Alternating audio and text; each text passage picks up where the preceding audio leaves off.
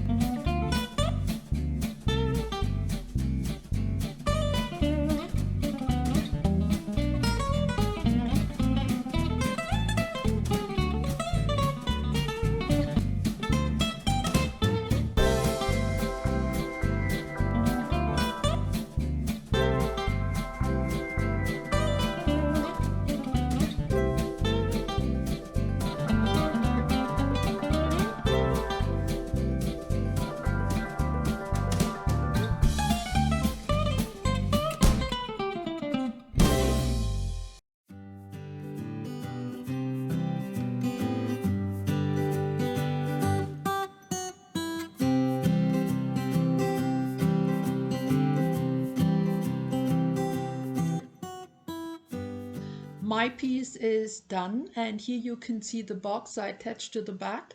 That will help me to hang it up easily. It will also make it look a bit like a floating frame, and adding two canvas boards together made it very sturdy. The collage itself has nice texture, nice colors. I like the mixed media aspects, the spraying, the stenciling, the painting, the outline, and the frame. So there are some black and white accents included. I am generally happy with the way the background came out, but in hindsight, I'm thinking that I could have ripped those pieces of fabric a bit skinnier and therefore achieved more of a blend between the colors. But maybe next time. I obviously used the silhouette in movement for my main image, and I think it depicts the theme of liftoff pretty well. Now, I took inspiration for this idea from a photograph I've seen many times before, but I believe I gave it a personal and unique twist. But now let's look at the lineup of all the entries I received from so many of you. A big thank you to all the talented artists who sent in their pictures for all of us to enjoy.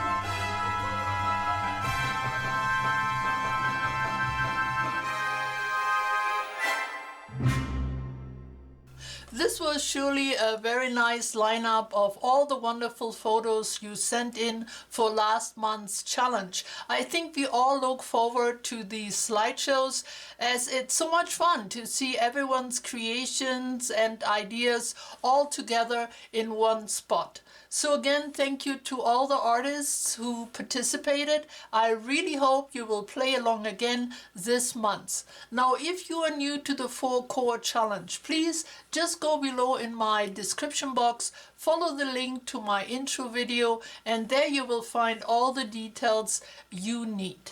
So let's get started for the challenge for this month, for April. I again picked a theme, and this time it is Maritime. Maritime, of course, has to do with anything nautical, seafaring, ships, boats, lighthouses, beaches, above the water, under the water, sea life. All those things can be included under this theme, and you can take it very realistically, historically. You can take it into the fantasy world. You can go vintage or steampunk, or you can go more modern. Whichever way, whichever direction you want to take this, all your choice. So here's the theme, Maritime. Now, point number 2, I think here I will just explain to you which way you can take this, the different substrates you can use, and so on. So first of all, you can pick if you want to do it 2-dimensional or 3-dimensional. If you go the 2-dimensional route, pick a sturdy substrate. Anything really will work. It could be in an art journal, it could be a canvas or canvas board, a piece of wood, some sturdy cardboard. I have some artist board here, and the size and the shape is really up to you. You could do a painting if you like to paint. You can use any of your mediums you like. You could draw, you can do a combination, you could do a collage. If you go for the collage or for collage elements, I bet you can find something in your stash. I looked around, I found these nice napkins, which would be great for a nautical theme. I also found a couple of things in a magazine, some shells, a sea turtle, a beach scene, and so on. And you can, of course, combine the different art forms. Now, you can also use collage pieces if you work 3-dimensional. And on the 2-dimensional part, or somewhere between these two zones, there are things you can make, like decorating a book cover or making a whole journal in a nautical theme. You could do greeting cards. So lots of other things could also fall under the category of maritime. So let's see if you want to go a little more 3-dimensional. You can use anything you have handy. I have a little tray here, a little wall hanging, any size, anything you have handy can work. You can work on the inside here or on the outside, either way you like. Or maybe you have a box you like to alter. It could be just a cardboard box like this one. Just make sure it's nice and sturdy. Or maybe you have a wooden box or even a wooden chest. Those things would be great to alter for the theme. This one has a nice closure and handle. It's a wooden box. Or you could decorate a glass bottle. We have done this last year, and glass bottles, glass vases, even bowls are really nice for anything to do with the sea. You could add sand to the inside and different elements. You can paint it. You can do whatever you like to it to make it a 3-dimensional project. You could, of course, go completely assemblage style. Maybe you have something that is already sea or ocean or maritime related. Maybe you have a lantern. Anything that you could add to, decorate, change, alter, make over, all those things could work. Just have a look around in your stash. Don't buy anything. I bet there's something there that will trigger your imagination. All right, that would be part 2. Now for part 3. All of us, no matter if we work 2-dimensional or 3-dimensional, will include at least 2 textured pieces that are related to the theme. So it could be anything from sand, very simply for a background texture. Now I found this at a dollar store, so it's very white and shiny, but I can color this. Maybe you have better sand, maybe you have a sandbox, or maybe you live close to the beach, or you collected some beach sand at some point. So that could definitely be used. Maybe you have some shells. Again, this I found at a dollar store, as I'm landlocked. So I do have some pieces from a long time ago when we lived at the ocean. But even if you do not have anything like this, you can find it cheaply locally, like this piece. And of course, you can always make it. If you don't have the real shells, like I have a sea star here, some corals, I have some seashells. You can make it, you can fake it, you can use paper mache, you can use clay. All that is fine as long as it's something that's textured and that's related to the theme. So at least 2 of those. It could be as simple as some rope or some chain. Whoops, this is stuck. I happen to have these 2 pieces of jewelry. These are brooches, and one is the sailing ship and the other one is the big anchor, as you can see.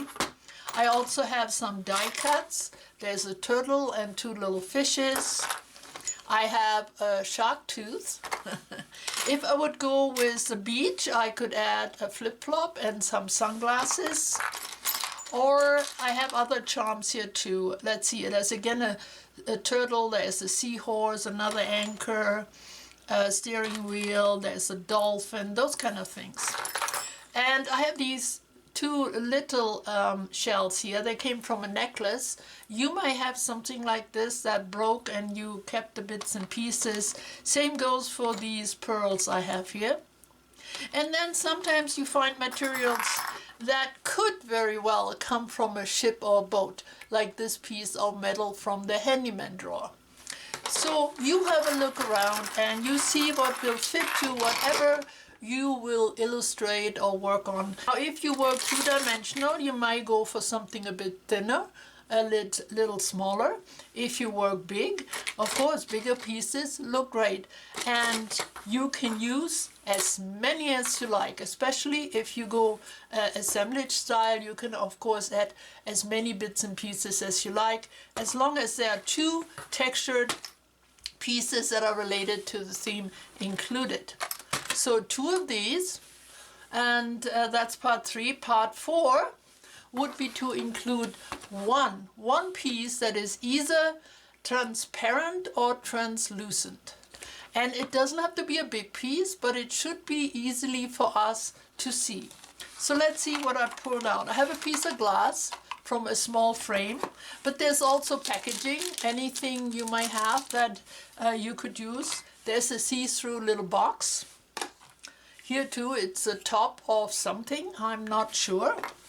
There are little bottles, are always good, any size you might have, light bulbs you can look through. I have some little things from a chandelier here, some little crystals. I also have these cabochons. They are see-through or at least translucent. I also have some sea glass here, which of course fits really well.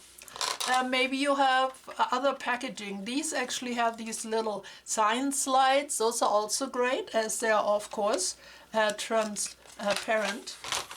Or maybe you have some of this mica here. It can be cut by scissors. It sees through. I hope you can see it.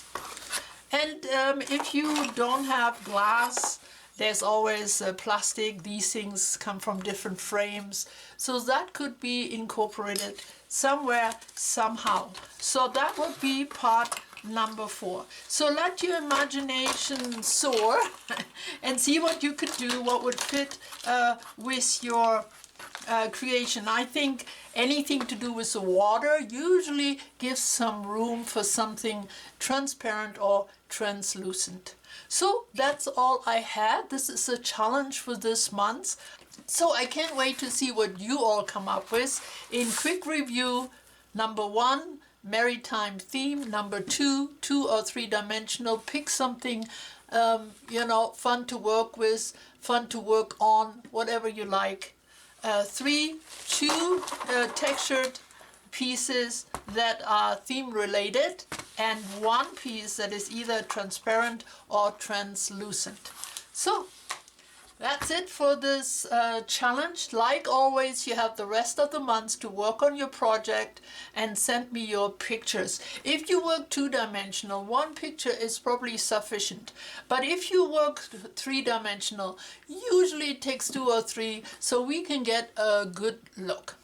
So if you have any questions about this challenge, please let me know either below in the comments or write me an email. I am always happy to hear from you. Like always, there will be a list at the end of the video and below in my description box showing you one more time the 4 elements for the 4-core challenge. I will see you really soon again, latest by next week. Have a great weekend, stay safe, stay healthy and creative, and bye bye for now.